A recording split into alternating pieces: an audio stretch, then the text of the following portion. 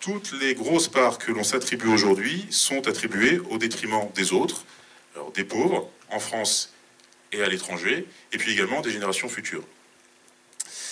Ensuite, quand bien même la taille du gâteau ne serait pas limitée, l'assez dépend du trop. Je dis, pour que tout le monde ait assez, il faut que personne n'ait trop. Or, l'assez va être déterminé en fonction du trop. Le concept de pauvreté est un concept relatif. Du coup, la richesse des uns est à l'origine du sentiment de pauvreté des autres. En d'autres termes, la définition de l'assez va dépendre étroitement de la définition du trop. Enfin, dernière justification que j'ai à l'appui du revenu maximum, parce que l'égalité économique est une condition de la démocratie.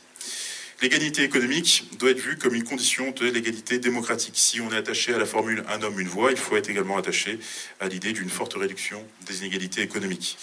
La richesse donne beaucoup plus de pouvoir, ce qui fait que la voix de certains va porter beaucoup plus que celle d'autres. La richesse permet par exemple de financer les partis. Alors vous avez eu quelques exemples dans le documentaire de Julien Drigo. L'extrême richesse permet de financer les partis, alors sans même parler de corruption. Donc je mets de côté l'exemple de Serge Dassault, par exemple, qui a utilisé sa richesse pour acheter des voix à Corbeil-Essonnes. Parlons simplement du fait qu'avoir les moyens de soutenir des idées, les idées qui nous servent, les idées qui servent nos intérêts, est un pouvoir supplémentaire. Pouvoir supplémentaire auquel les pauvres, évidemment, n'ont pas accès. Pouvoir financer un parti, c'est également pouvoir s'attacher les services d'un parti, avec de possibles retours d'ascenseur. Pouvoir s'attacher les services d'un parti et les services de ses élus. L'extrême richesse permet de contrôler les médias. Là aussi, alors je ne sais pas s'il est nécessaire de donner des exemples, ça permet de sélectionner les thèmes qui vont être traités. En gros, ça permet de définir ce qui doit rentrer dans l'actualité. Ça permet de définir à travers la définition de la ligne éditoriale ce qui fait partie de l'actualité ou pas. Ça permet en quelque sorte de fabriquer l'opinion. Sans parler, encore une fois, des cas de censure pure et simple, comme Vincent Bolloré nous en a fait l'exemple dernièrement. Le pouvoir de la richesse, c'est également le pouvoir des philanthropes. La philanthropie se substitue à l'impôt. On a la possibilité, du coup, de définir, notamment avec tout ce qui est fiscalité philanthropique, de définir l'orientation des dépenses publiques. En gros, de se substituer aux dépenses publiques. Donc, je donne à certaines causes. Tout ce que je donne va être retranché de mes impôts grâce à la fiscalité philanthropique. Je paye moins d'impôts et en plus, c'est moi qui décide ce que l'argent public, finalement, doit financer. C'est un pouvoir exorbitant donné aux plus riches également. Enfin, dernier point sur cette égalité démocratique, rupture d'égalité démocratique, la question du deux poids, deux mesures. Une voix pour chacun, mais des oreilles sélectives. Je prends l'exemple des pigeons. Vous vous souvenez des pigeons, mouvement, alors c'était en 2013, mouvement d'entrepreneurs en 2013, qui s'opposait à l'alignement de la fiscalité sur le patrimoine avec la fiscalité sur le travail. Les pigeons se sont mobilisés, se sont dit c'est incroyable, on nous plume, c'est scandaleux, et ils ont obtenu gain de cause. Sans doute n'avez-vous pas entendu parler du combat des cafards. Les cafards de Montreuil, qui sont des bénéficiaires de minima sociaux, qui, à Montreuil, se battent pour l'amélioration des conditions de vie des bénéficiaires de minima sociaux. Ça fait plusieurs années qu'ils militent pour l'amélioration des conditions de vie des bénéficiaires des minima sociaux, et pour le moment, les gouvernements sont restés sourds à leurs demandes. Deux poids, deux mesures. De manière générale, alors là je fais référence à un ouvrage un article de John Kenneth Galbraith. Nous avons su développer l'art d'ignorer les pauvres. Là aussi, je fais référence à Herbergans et à ses fonctions de la pauvreté. Herbergans nous dit une des fonctions de la pauvreté, c'est qu'on peut totalement ignorer les pauvres. On n'est pas obligé de les écouter. Et même, on peut faire peser sur eux toutes les politiques d'ajustement. Un dernier exemple pour expliquer qu'il y a clairement deux poids, deux mesures. Si je parle aujourd'hui de revenu maximum, si je vais dans les médias pour parler de revenu maximum, je suis convaincu que le premier argument qui va m'être opposé, c'est vous n'y pensez pas. Si on met en place un revenu maximum, les plus riches vont partir. Donc une minorité de riches, je parle de 0,1% de la population, a la possibilité d'empêcher toute réforme fiscale par un phénomène d'autocensure pur et simple. Évidemment, on ne prend pas les mêmes gants quand il s'agit de modifier les minima sociaux.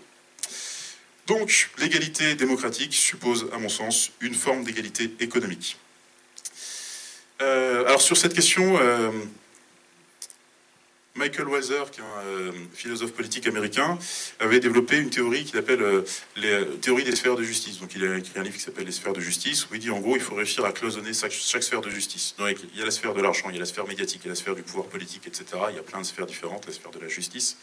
Et chaque sphère doit être strictement cloisonnée. En gros, la situation que j'occupe dans une sphère ne doit en rien déterminer la situation que je vais occuper dans les autres sphères. C'est pas parce que je suis extrêmement riche que je vais avoir davantage de pouvoir politique, médiatique, etc. Il faut cloisonner tout ça.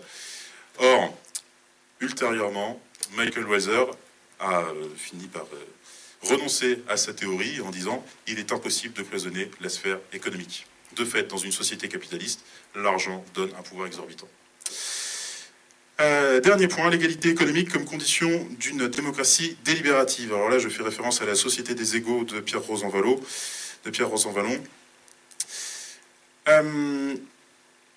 Sans une forte réduction des inégalités de revenus, donc ce que Keynes Lissette appelle une inégalité brute des richesses, on ne peut éviter les hiérarchies de pouvoir donnant à quelques-uns un contrôle sur la vie de plusieurs autres, qui, à leur tour, donnent des privilèges et autre chose du genre qui rendront très différentes les perspectives d'avenir d'un nombre considérable de gens.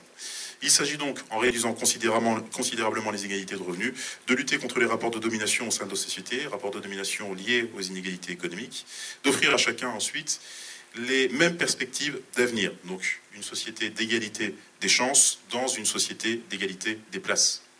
Réduisons les inégalités, donc mettons en œuvre une égalité des places afin que tout le monde puisse avoir les mêmes chances de réussite. Dans une société où le revenu détermine largement la préséance, c'est par la réduction des inégalités que la démocratie peut réellement advenir. Donc c'est par cette réduction des inégalités économiques qu'il devient possible de considérer l'autre comme un égal, donc société des égaux, de le reconnaître et de l'écouter comme tel. J'en arrive enfin à la question de la communauté de situation. Là, je reviens à des travaux de Gerald Adam Cohen, qui a écrit un petit livre très bien qui s'appelle « Et pourquoi pas le socialisme ?», dans lequel il fait ce qu'on pourrait appeler la parabole du camping. Où il dit « Le camping, c'est ce moment merveilleux où tout le monde vit une communauté de situation, peu ou prou. Alors, on n'a pas tous la même temps, certains sont dans des bungalows, etc. Mais globalement, quand vous êtes dans un bungalow au camping, vous avez une petite pensée pour ceux qui sont sous la tente. Quand je parle d'égalité brute des richesses, c'est ça que je vise. Une égalité, enfin une communauté de situation qui permet, et ça me semble indispensable dans une démocratie délibérative, qui permet de développer de l'empathie pour les autres, de l'impartialité, être capable de se mettre à la place des autres pour pouvoir comprendre leurs préoccupations. Il me semble qu'aujourd'hui, dans notre société qui est fortement inégalitaire, les plus riches n'ont aucune idée de la manière dont vivent les pauvres. Et sans même parler des pauvres, de la manière dont vivent la plupart des gens. Et nous n'avons vraisemblablement aucune idée de la manière dont vivent les plus riches. Les 240 SMIC de Bernard Arnault, je ne sais pas comment il les dépense. Je ne sais pas comment on peut vivre avec. Je n'en aurais aucune utilité, mais j'imagine que si j'étais à sa place, j'en verrais toute l'utilité. Mais donc, nous ne pouvons pas nous comprendre. Nous ne pouvons pas nous comprendre, et si nous ne pouvons pas nous comprendre, comment pouvons-nous délibérer ? Donc du coup, je parle de démocratie délibérative. Il s'agit de sortir d'une démocratie qui sont simplement la dictature des intérêts de la majorité, enfin oui, des intérêts de la majorité. Donc être capable de se mettre à la place des autres, comprendre leurs revendications, etc. Du coup, pour conclure, il me semble que si l'on souhaite instaurer un environnement institutionnel propice à la démocratie, il me semble nécessaire de définir cet espace de revenus entre le assez et le suffisant, de garantir un revenu plancher à tous, d'instaurer un revenu plafond afin de nous préserver d'une part de l'oligarchie. Donc instaurer le revenu plancher, ça permet à tous de participer au lieu de réserver la participation citoyenne à une minorité. Donc de nous préserver de l'oligarchie et surtout aussi de nous préserver de la plutocratie. Plutocratie grâce au revenu plafond. Donc en instaurant un revenu plafond, on arrive à limiter le pouvoir de l'argent. Je m'arrête là. J'ai déjà beaucoup parlé. Je ne sais pas si vous avez des questions, objections, c'est maintenant.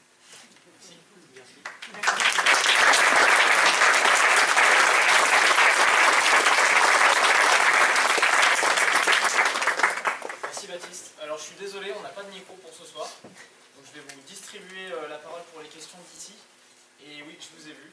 Juste voilà, si vous pouvez parler un petit peu fort. Et Baptiste, est-ce que tu pourras répéter, synthétiser les questions pour l'enregistrement de ton micro ? Allez-y, monsieur. Alors, vu tout ce que vous nous nous avez dit sur les moyens d'être en faveur ou d'être en défaveur justement de ce fameux revenu,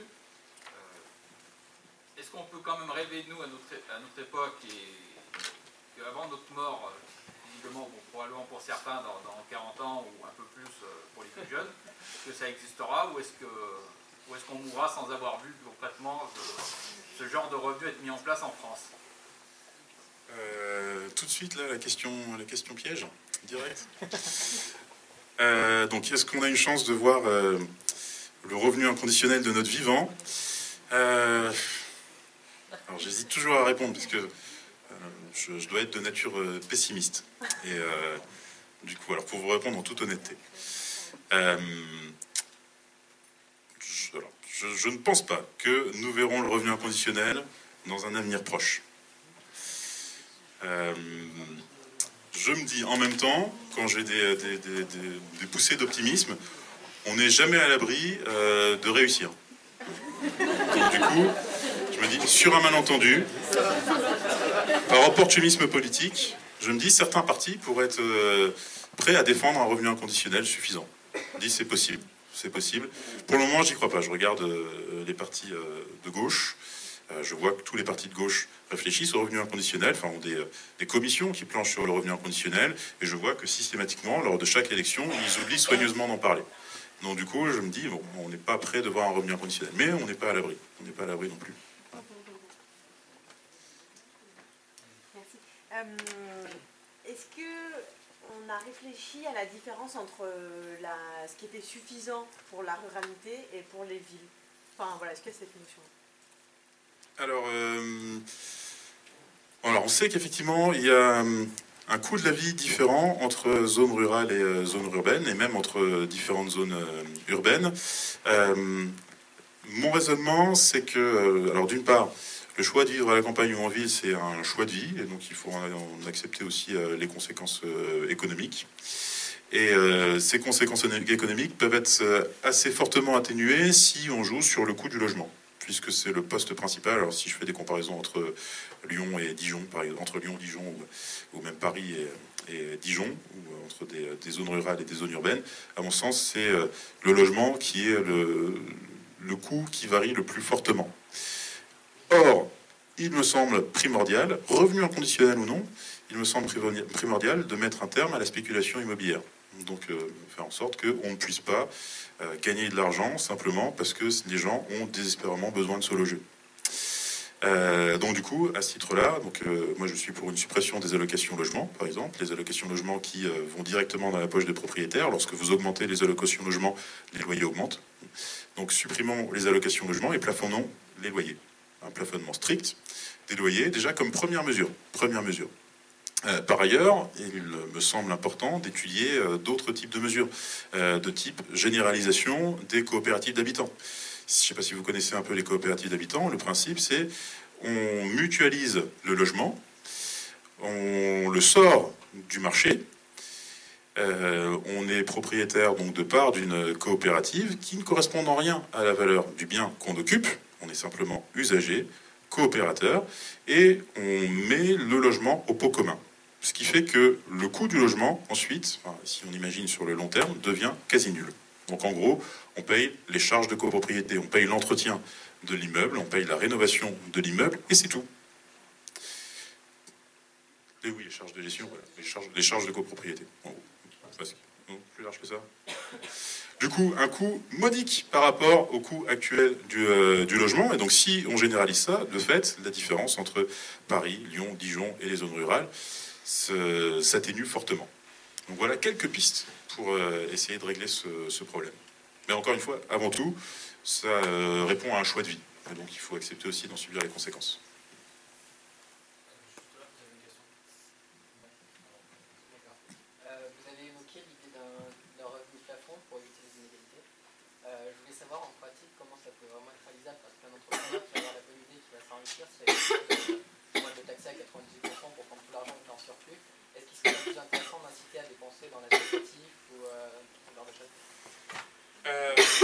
Alors, est-ce qu'il n'est pas plus intéressant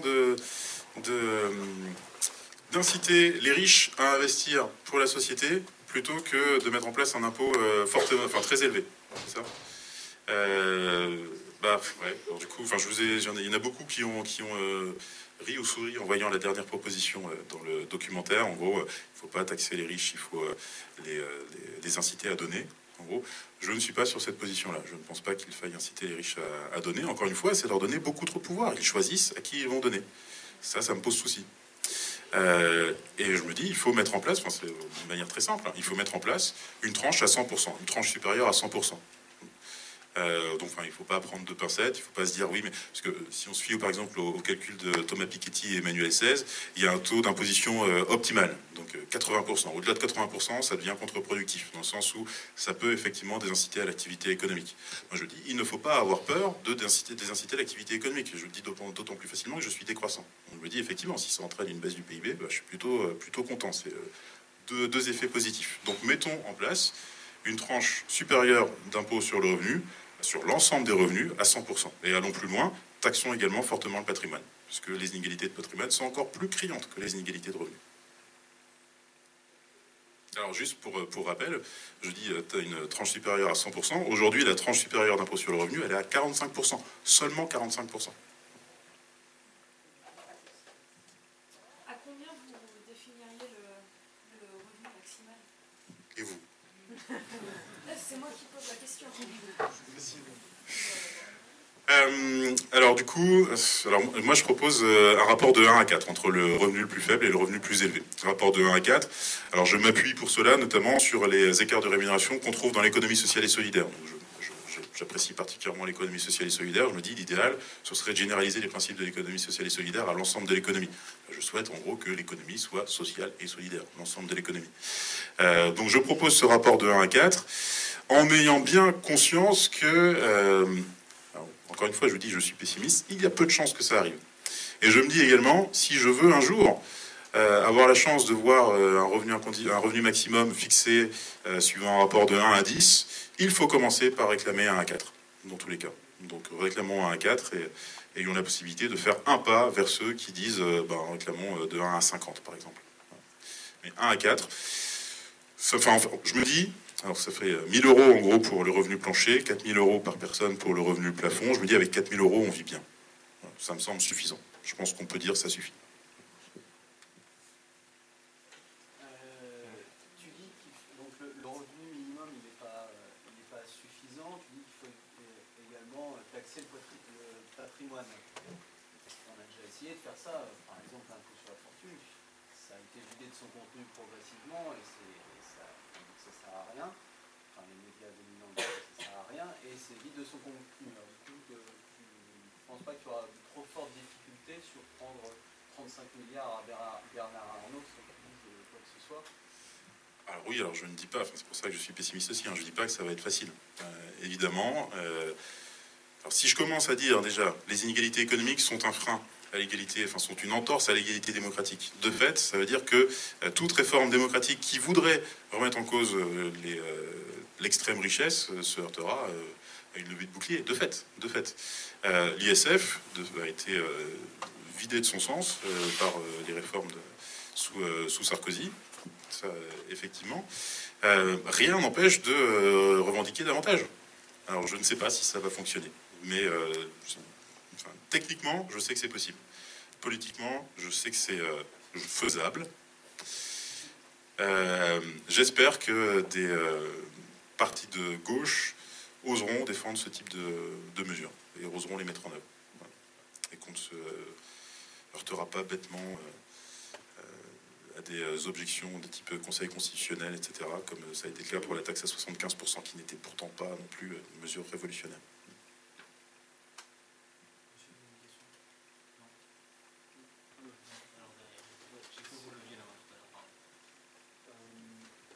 C'est par rapport à la proportion entre les actifs et les inactifs. Je ne sais pas, c'est une question qui a été traitée, mais moi personnellement, il y a un moment justement, j'ai profité, on va dire, d'une période de chômage pour faire du bénévolat, des choses comme ça, c'est très bien. Mais je me dis que si tout le monde avait pu faire ça à un moment donné, si par hasard tout le monde se décide à le faire en même temps, il y a un moment où le nombre de personnes qui participent à l'activité productive, on va dire, se nourrir, se loger, peut-être être insuffisante. Donc comment on gère ça, la répartition de la masse de travail générale dans la société? Alors ça, c'est une question à tiroir.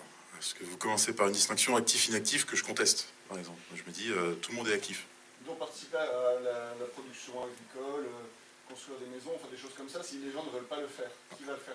Alors après, du coup, l'autre chose qui m'ennuie dans votre question, c'est que je pars du principe que tout le monde travaille et que tout le monde participe à une production qui est indispensable. La première production étant la production de la société, l'entretien de la société. Je me dis, il s'agit là de tâches qui sont primordiales. En gros, ce que je vois dans votre question, c'est qui acceptera de faire des tâches qui ne font pas rêver. Voilà. Donc, en gros, qui s'occupe des tâches pénibles? Parce que mon raisonnement, c'est si on donne un revenu inconditionnel à tout le monde continuera à faire des trucs et des machins, et des choses utiles à la société, sur une base non marchande. Si tout le monde décide de se détourner de l'emploi, c'est pour continuer à faire des choses, y compris sur une base non marchande. Donc on peut continuer à produire des choses, à se rendre des services mutuellement, etc., ou à travailler dans des associations bénévolement. On continuera à produire des choses. La question, c'est quel sort on réserve aux tâches pénibles. C'est une question primordiale. Encore une fois, revenu inconditionnel ou pas, il faut se la poser. L'intérêt que je vois au revenu inconditionnel, puisque je suis assez pessimiste, je me dis, on ne le verra sans doute pas demain ou après-demain, le revenu inconditionnel permet de se poser ce type de questions, dès aujourd'hui. Et à mon sens, logiquement, quand on pose la question des tâches pénibles, j'ai écrit un article là-dessus, on dit, mais qui acceptera de faire les tâches pénibles? Donc, qui acceptera encore de faire les tâches pénibles, dans le sens où, aujourd'hui, les gens qui le font préfèrent ne pas le faire. Qui acceptera encore de faire des tâches pénibles et qui acceptera encore de faire les tâches pénibles à notre place, à l'arrivée? Parce que du coup, il y en a bien qui se les coltinent, et pas nous. Qui acceptera encore de faire les tâches pénibles à notre place? Sous-entendu, heureusement qu'il y a des pauvres aujourd'hui pour réaliser ces tâches. Et donc, du coup, ça reviendrait à dire, et il ne faut surtout pas mettre en place de revenu inconditionnel de peur de libérer les pauvres de la réalisation de ces tâches pénibles. Donc, j'imagine que personne ne peut s'aligner sur cette proposition, donc il faut trouver une solution. Revenu inconditionnel ou pas. Inutile d'attendre un revenu inconditionnel pour régler la question des tâches pénibles. Du coup, les propositions que je fais par rapport à ça, c'est d'une part, essayons de nous passer au maximum de ces tâches pénibles. La question qu'on doit se poser, qu'on ne se pose pas aujourd'hui parce qu'on n'a pas à se la poser, c'est quel degré d'exploitation, quel degré de pénibilité on est en droit d'exiger des autres. À mon sens, on n'est pas en droit d'exiger un gros degré de pénibilité et un gros degré d'exploitation. Donc, du coup, il faut se passer d'un maximum de tâches pénibles. Des biens et services qui sont produits à partir de ces tâches pénibles. J'avais une discussion ce week-end avec des copains qui me racontaient qu'ils avaient fait appel à un service de coursier pour des repas. À mon sens, alors j'ai été livreur de pizza pas longtemps. J'ai tenu 1 mois livreur de pizza pendant ma jeunesse. Je trouve que c'est une activité pénible. Et je pars du principe que nous avons tous des jambes, nous avons tous des mains, nous sommes capables d'aller jusqu'à la pizzeria, nous sommes capables d'aller jusqu'au restaurant. Est-ce qu'on est en droit d'exiger des gens qu'ils nous livrent nos repas? Je ne pense pas, il faut s'en passer. Si personne ne veut le faire, il faut s'en passer. Non, mais je veux dire, par exemple, moi je fais le parallèle avec des activités domestiques, personne ne veut me faire la vaisselle ou la lessive, des choses comme ça. C'est-à-dire qu'il y a quand même bien quelqu'un qu'il faut le faire, donc quand autant une famille ça se négocie, comment vous organisez la négociation? Il y a peut-être ce genre de choses, mais ça c'est quelque chose, il faut vraiment réfléchir à la manière de négocier. Donc, dans un premier temps, on essaye de s'en passer au maximum. Dans un deuxième temps, on partage les tâches pénibles. Donc ça suppose de rompre complètement avec la logique de division du travail qu'on a aujourd'hui, de division des tâches, avec certains qui vont récolter toutes les tâches gratifiantes et d'autres qui vont récolter toutes les tâches ingrates. Donc il faut partager les tâches, que tout le monde, dans son emploi, réalise à la fois les tâches ingrates et les tâches gratifiantes. Et si on noie les tâches ingrates dans des tâches gratifiantes, ça passe mieux. Ça passe mieux. Encore plus si l'activité a un sens, si on sait pourquoi on fait ça. J'ai pu aussi expérimenter le fait que je suis capable de faire des tâches pénibles si je sais pourquoi je les fais. Je le fais volontiers. Il y a des tas de gens qui sont bénévoles. Alors, je ne sais pas s'il y a parmi vous des gens qui ont participé à Alternativa. Alternativa, alors moi je n'ai pas participé au montage du village, etc. Je suis sûr qu'il s'agissait de tâches considérées comme pénibles. Il faut se lever le tôt pour le faire, on finit tard, etc. C'est pas forcément des tâches concrètement qui sont assez plaisantes. Et pourtant, il y a des tas de gens qui l'ont fait bénévolement. Donc du coup, la gestion des tâches pénibles, on peut le faire sans forcément recourir à des emplois, etc. Partager les tâches autant que possible. Si ça a un sens, on les fait plus volontiers. Faire soi-même également. Je prends souvent l'exemple de la collecte des déchets. Je me dis, ça fait partie de ces tâches qui sont particulièrement ingrates. La collecte des déchets, en fait, on la délègue largement. C'est très bien, on met tout dans la poubelle, on met tout sur le trottoir et ça disparaît comme par magie. On pourrait gérer nous-mêmes une bonne partie de nos déchets. Et notamment tous les déchets qui font que c'est pénible d'être éboueur. En gros, tous les déchets qui puent, on est capable de les gérer nous-mêmes.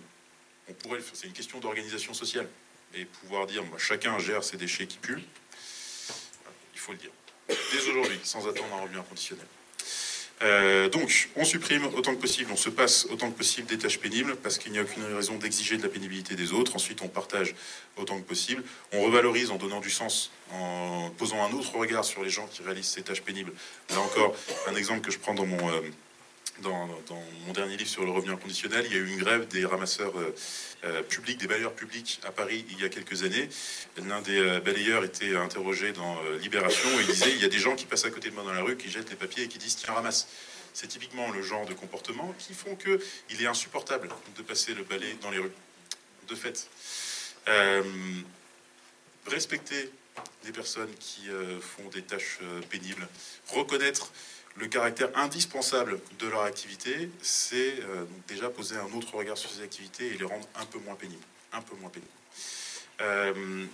Enfin, si tout le reste a échoué, alors ce serait un échec, à mon sens, ce serait un vrai échec, mais on a toujours la possibilité de payer davantage les gens qui réalisent les tâches pénibles.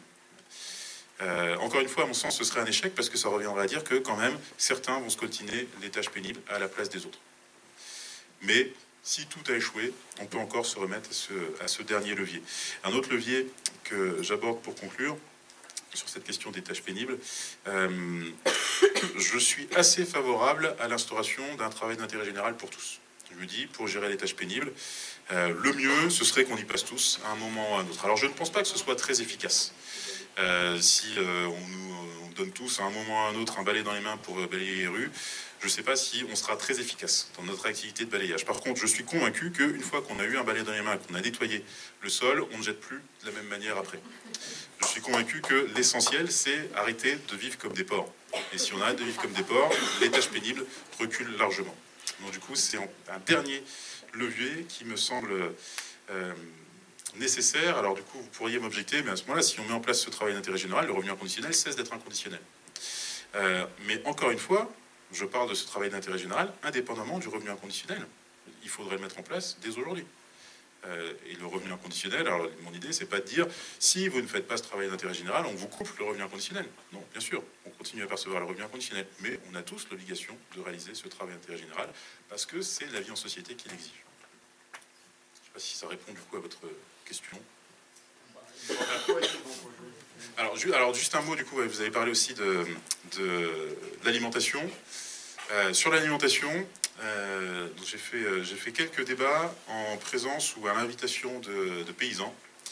Le discours que j'avais du côté des paysans, c'est pas on veut arrêter d'être paysan, c'est on veut avoir la possibilité d'être paysan comme on a envie de l'être. Et donc du coup, arrêter d'être dépendant de subventions qui nous font bosser avec des techniques qu'on n'aime pas, et avoir la possibilité aussi d'avoir davantage de temps, aussi, si on a une sécurité financière, etc. Donc du coup, il me semble qu'il y a certains boulots qui supposent un effort particulier, mais qui ont vraiment un sens, et qui peuvent être de véritables vocations. Et je pense qu'agriculteurs, paysans, ça en fait partie.